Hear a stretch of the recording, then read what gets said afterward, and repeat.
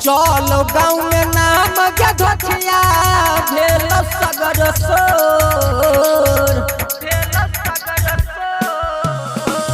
चलो गाँव में नाम के धोतिया भेल सगर सोर।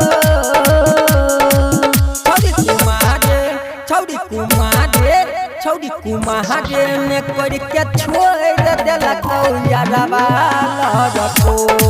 छौड़ी कुमारे ने करके छोड़ देलक यारवा लड़को।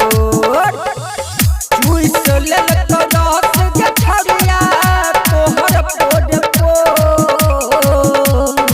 छौड़ी कुमारे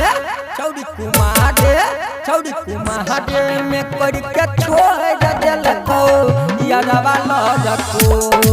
छौड़ी कुमारे में करके छोड़ देलक यारवा लड़को।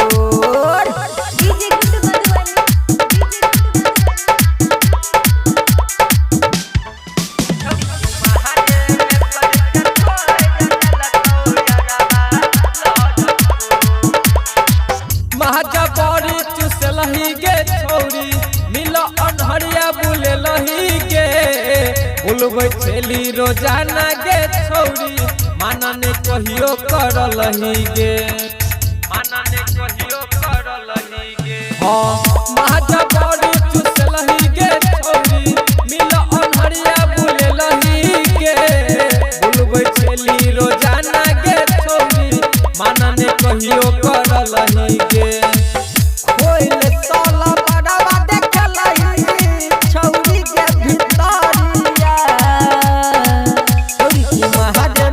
छौड़ी कुमारे में करके छोड़ देलक यारवा लड़को।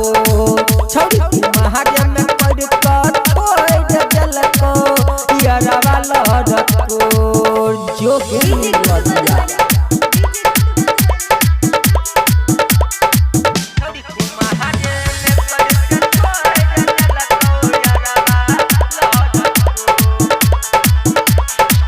कहे छो गायक सुमित गे राइटर ललित लिखो गीत गे। एगो दूगो से मन नहीं भरो मारे छो भीतरी टीस गे।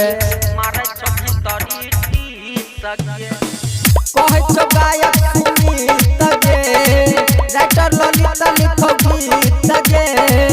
एगो दूगो से मन नहीं भरो मारे छो भीतरी टीस।